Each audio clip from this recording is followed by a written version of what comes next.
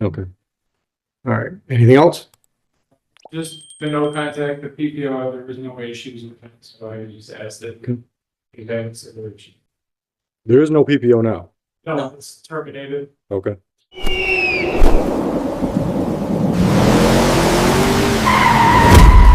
The sovereign citizen. Counsel, your appearance. Thank you, Your Honor. Good morning, Joshua Nushin, on behalf of 𝘾𝙤𝙥𝙮𝙧, stands to my right. Inch possess, counsel. Inch possess. Sorry. Inch possess. Lushin is not Armenian? It is Armenian, okay, but, so it's funny. You speak as much as I do. I speak less than that, because, so, when I graduated law school, I got a letter in the mail that I was part of the Armenian bar association. We talked about that. And this went on for like 5-6 years. Yeah. And they sent me a renewal notice, and I called them. I said, I don't mind being a part of this. I will send Yeah. shit off Armenian. They were laughing, staring at me about it, and everything. I mean, I remember that story now. I mean, when my ancestors came over in Eastern Europe, they dropped some things. And Yeah, yeah. things around. And I don't know how they read it on that. So, you know, I should have known. You're not good looking enough to be Armenian. no, definitely. Yeah. So, I do have, I mean, all my Armenian friends, like, do you never want to go us? You know, Yeah. we can portray you. You just, Yeah, you're dark enough. Yeah. Yeah. Keep trying to get that something. I mean, Yeah. Yeah. So I do have a good time with it. But I bet. I speak less than you as far as the. So have you fellas had a chance to go over the report and recommendation?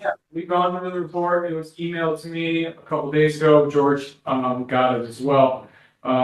There's no additions, deletions, or correction, and we'd like to respond to some Sure. things there at the right time. No, go ahead. I'm ready for elocution anytime. So I know that, so this case stemmed from a heated divorce. I think the marriage fell apart. There was a PPO in place for a while. Mr. Lane had filed a motion for modification. That PPO was modified to stay in place for 6 months. Ever since this case has happened, the PPO is in place.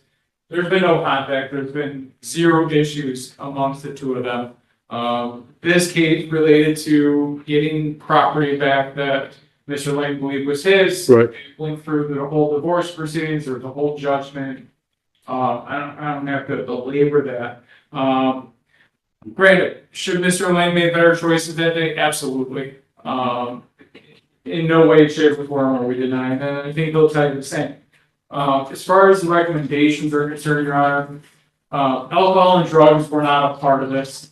Mr. Lane is in weekly counseling for his own mental health. Good. Where at? I do it over Zoom. She's Michigan Behavioral Medicine. Okay. Good. So he's been doing that. He Excuse me. enjoys it. How long you been doing it? Seeing her just under a year. So Okay. just off the time the divorce happened. I had a previous one that she just couldn't. Okay. All right. So you're into it though. Yeah. Go ahead. So he's vested into it. You're right. I do have a good recommendation for him for a substance abuse counselor, but drugs and alcohol were not part of this offense. I asked that you consider alleviating the Mhm. testing on it. Mhm. He has been enrolled in the nationwide harm program through the men's domestic violence program. He's completed 8 of their 26 sessions Good. as of July 13th of this year. So he's been actively engaged in that. I got him set up with that. I think just before we pled, or right around the. Mhm. So he's been going on that. I asked that he get the credit for that, allowed to keep going. Let's. You're probably gonna have to sign a waiver, but Mr. Rowley will reach out to them so we can find out as much as we can about the program, and that will probably satisfy our batterers counseling requirement. Your Honor, it's a good program. Yeah. I know that you're aware I used to be. Yep. Over there. Yep. So. Yep. No, I think we'll be all right. I just don't think we've pre-approved them. So I can get approved to. Right now. Okay. All right. Thank you. So with that, I asked that he allowed me to continue to go to that if the court deems that acceptable. But I asked that we eliminate the drug and alcohol test. He doesn't get drug tested for work. So he's. Where do you work? What do they do? I'm sorry, say that. What do they do? The facility I'm in, we actually are, test, research and development, but they make a lot of, tools, Bosch Tools. Gotcha, gotcha. Where's your facility at? Okay, 275. Yep. 14 energy. Yep. Yep. Okay, go ahead, counsel. He's been employed there for years, gets drug tested there. The alcohol and drugs weren't a part of it. Yep. I think it was just a heated divorce. His emotions got the best of him. He's never been in this position before. I didn't have to see you adopt the recommendation as far as keeping it under 769-4A. I know you're having any issues with him in the future, and I just appreciate the court's courtesy. And sorry again that I was late. Okay. Today. All right, Ms. Lane, why don't you come up here and have a seat right here by the microphone? Because I want to make sure whatever you say is accurately picked up and recorded. Go ahead. Said you wanted to make a statement. Go ahead. Thank you. Your Honor, I would like to first thank you and the court for allowing me the opportunity to share on the events of December 19th, 2025, and the day since that day have affected my life. That day changed not only how I view George, but also myself and our marriage. Understand how things got to this point, I have had to look back over our life together. During the 31-year marriage, George was prone to violent outbursts when he became angry. I have had items thrown at me, then pushed, bumped into, stepped on, grabbed, blocked from entering or leaving the area, called horrible names. He has slammed doors, slammed his hands fist on the helmet, and has also threatened suicide on multiple occasions. During one of these occasions was during the divorce process, he claimed to have taken enough of his prescribed sleeping pills to not wake up. Over the course of our marriage, he has used these behaviors as a way to intimidate me into silence. No matter how many times I would tell him that his behavior scared me and made me nervous, his response would be to tell me that I was being dramatic, overreacting, or I was lying. In 2016, George was taken into custody by Huron Township Police for resisting arrest when they arrived at the house due to a domestic disturbance complaint from a passerby. He was also charged with domestic violence and restricting access to 911 services. I unfortunately did not pursue the charges for reasons even I don't fully understand. In place of pursuing charges, I asked him to attend anger management classes, which he did, and I hoped that this would help him deal with his anger. Sadly, that was not the case, and over time, his anger and alcohol use became more of an issue. In May 2025, I made the difficult decision to file for divorce. Our divorce was finalized on August 11, 2025, and George moved out at the end of September 2025. We lived in the same house during the divorce process, and this was a tumultuous time. His behavior became more unpredictable and erratic. An incident that stands out occurred on the evening of June 16, 2025. He became very angry during the conversation, and when I tried to get away from him, he followed me from room to room. At one point, I made it to the bedroom. He continued to follow and yell at me while having me back into my dresser.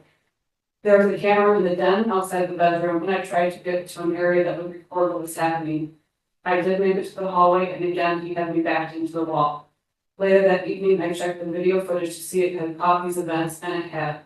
The next morning, when I tried to download the footage, it had been deleted. When I asked him about this, he admitted to deleting the footage because he was afraid I would use this against him in the divorce. On December 19, 2025, he came to my home to retrieve some items he had in the shed, and this is when the domestic violence occurred. In that moment, I could not fully understand why he was doing this. Somewhere within me, I thought since we were no longer married and I was no longer his wife, that the violent behavior towards me would end. However, that was not the case. There had been good times in our marriage, which made it difficult for me to fully understand that his behavior was not normal, nor was it love. It was control.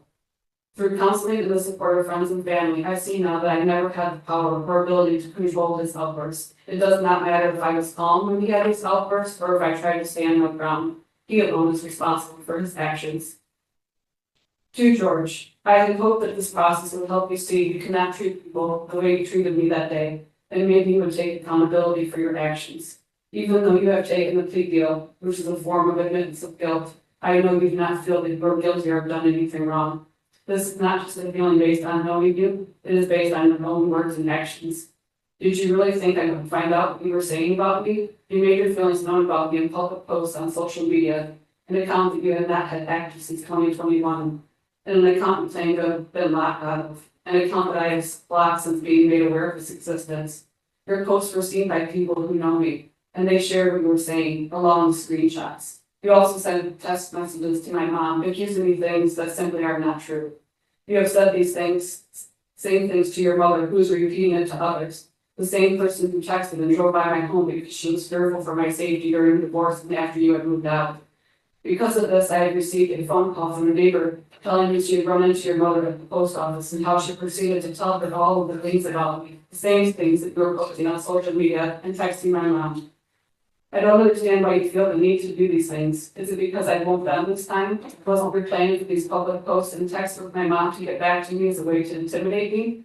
Or is it because you're afraid of being held accountable? In the end, it doesn't matter. I know the things you're accusing me of are not true, and it's a desperate attempt to take the focus off of your actions. Do you really believe that returning the equipment that belonged to my dad would make me, as you put it, drop all this CRAD referring to this case? As you said to my mom in text messages you sent her? Or did you think that posting online that you were thinking about taking me to court to fight for custody of Harvey and Remington, Nathan's dog and my dog, would scare me into submission? Your words were, thinking I may fight the ex for Harvey since I adopted him, and equal custody of Remy since we both adopted them, to get her to leave me the F alone. If she drops her S word, I won't go after the dog.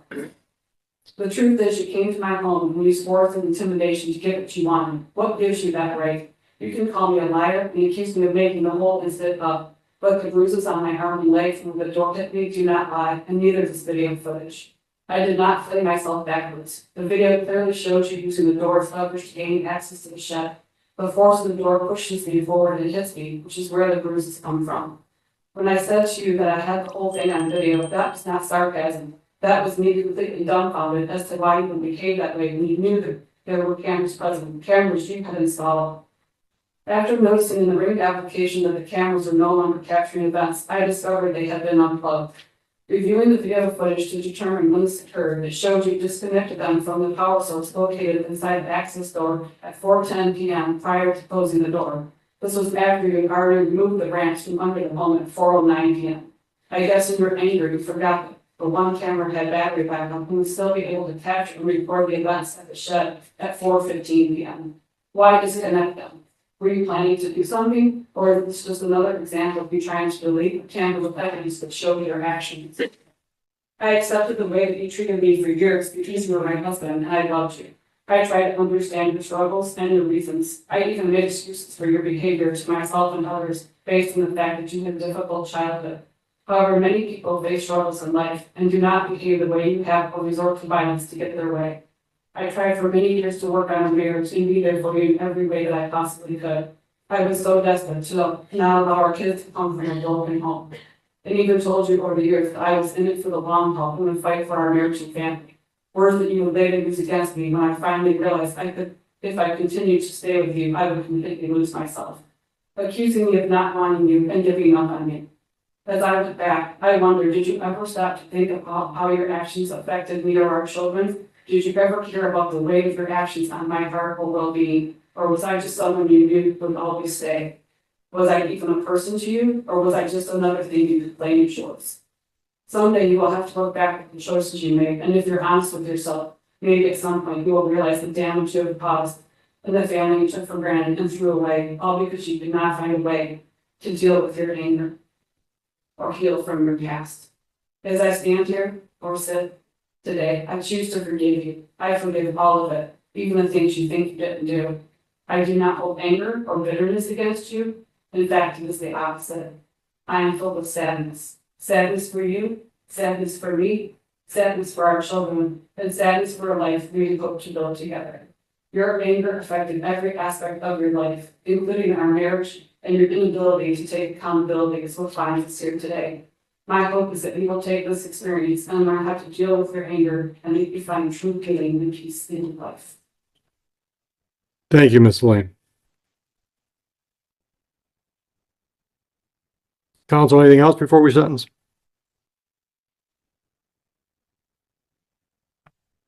I didn't, there was one thing in that, what you said that I posted out there about the dogs. Yes, I did that. Nothing else was posted. Okay. I did, however, find my account had been hacked. Because my ex-wife and my son were both blocking from having access to my account, and all of a sudden, there were things on my page that I didn't put there, such as background on the page that had a gay pride flag, and somebody put a gay pride flag on the back of my truck. And then my son decided to argue with me about it and told me how dare I am because, you know, they all think I'm gay. And so she spread that around, and I believe he put that on my truck because he's the only one who would have had access to the Facebook page. I'm not gay for the record, and she sent her mother on me. She sent this big long letter, all untrue. I don't have any harm or anything against her. I just wanted her to leave me alone so I can move on with my life. Well, it sounds like we have that in common. And there's no ongoing business between the two of you? No? All right.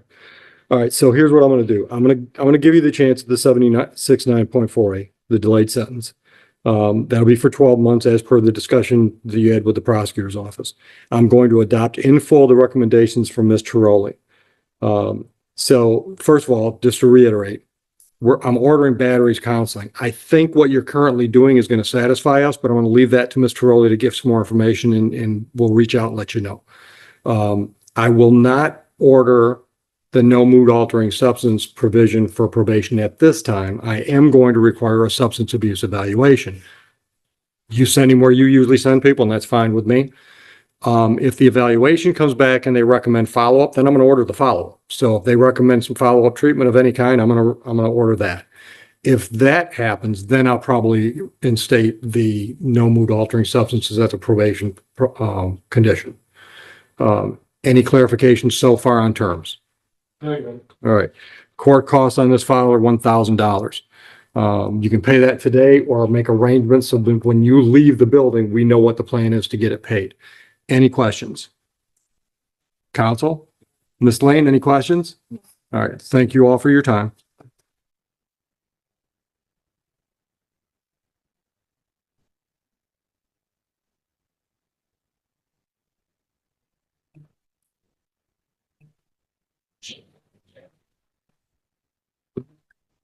All right. Mr. Duncan, good morning. I'm still waiting for my flags.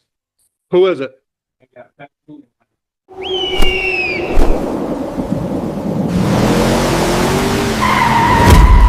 The Sovereign Citizen.